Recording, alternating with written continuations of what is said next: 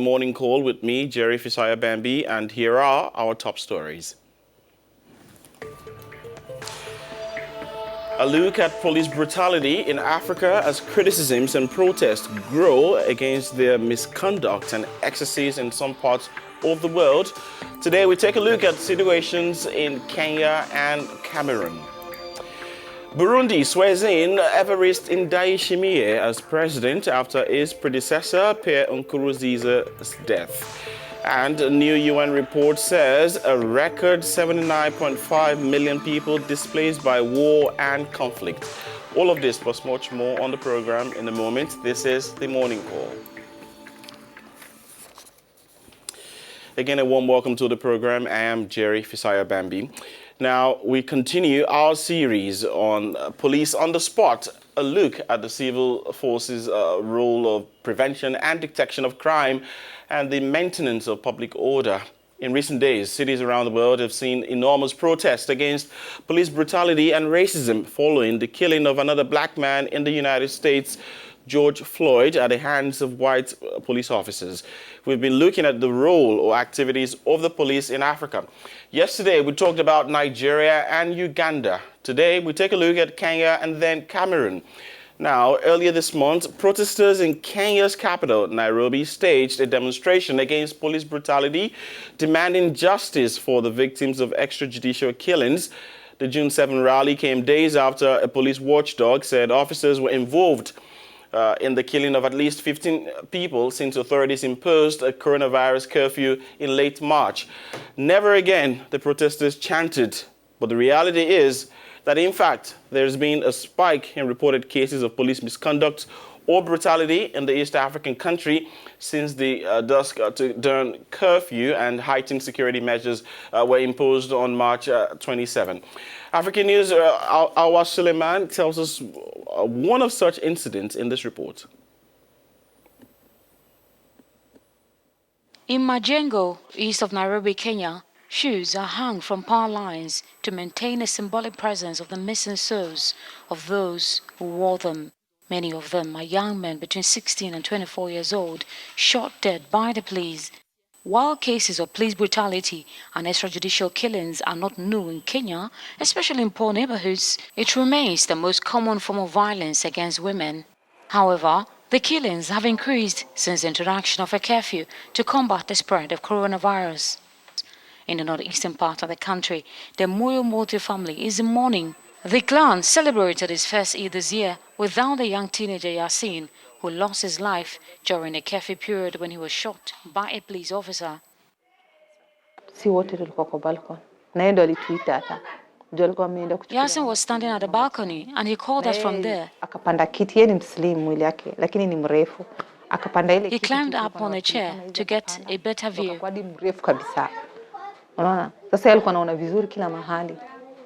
We could see a strong police presence. At the same time, there was a lot of noise on the other side of the building. I said to the children, don't worry about the police. We are in the house. There's nothing wrong with what we are doing.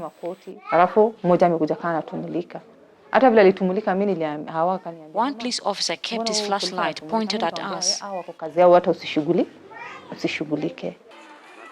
Then they heard a gunshot and Yasin died instantly. The case of Yasin Moyo is one of those that many people knew and protested about. However, his case is not an isolated incident. 800 people die in Kayole alone. That's a big number. For the last 3 years that we've documented those stories on police brutality and police killing. The system has just failed us in telling them that we have these rogue officers and they're pretending that they do not know. Yielding to pressure, the government, through the Independent Police Oversight Authority, took over Yasin Moyo's case. The family is praying for justice. And just as you heard there, Kenya's Independent Police Oversight Authority, IPOA, is now looking into that case. Dr. Jimmy Mwiti is the head of the body, and I spoke with him earlier. A poor line it was, but we do now have a voiceover of some of what he said. I asked him what his reaction is as the Independent Policing Oversight Authority head to stories involving police misconduct, especially when a story like we heard in that report erupts like this and is shared by thousands on social networks. Let's take a listen to some of what he said. Thank you very much. Thank you very much for having me.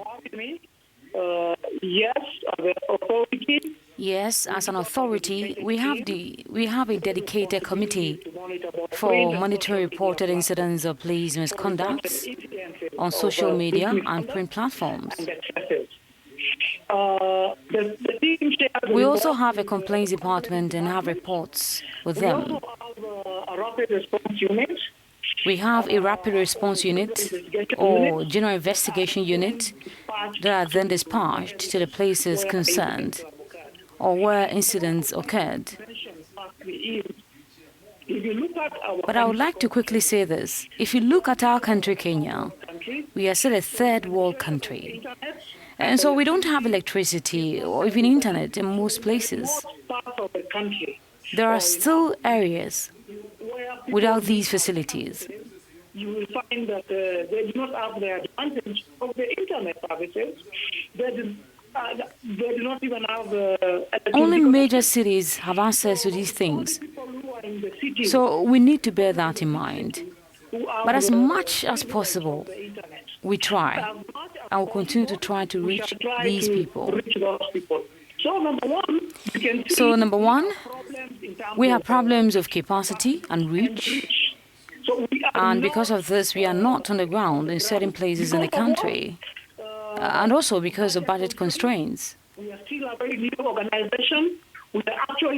We came into operation in the year 2012, so we are still trying to expand to other regions so that we can take our services to places required to the people who are the downtrodden. We had to disconnect the call for poor sound, but just before Dr. Mwiti left, he left us with some parting words. Let's take a listen. Let me just quickly say this. We are trying. We are trying our best in Kenya. We want to reform the police. We want it to be a citizen-friendly country.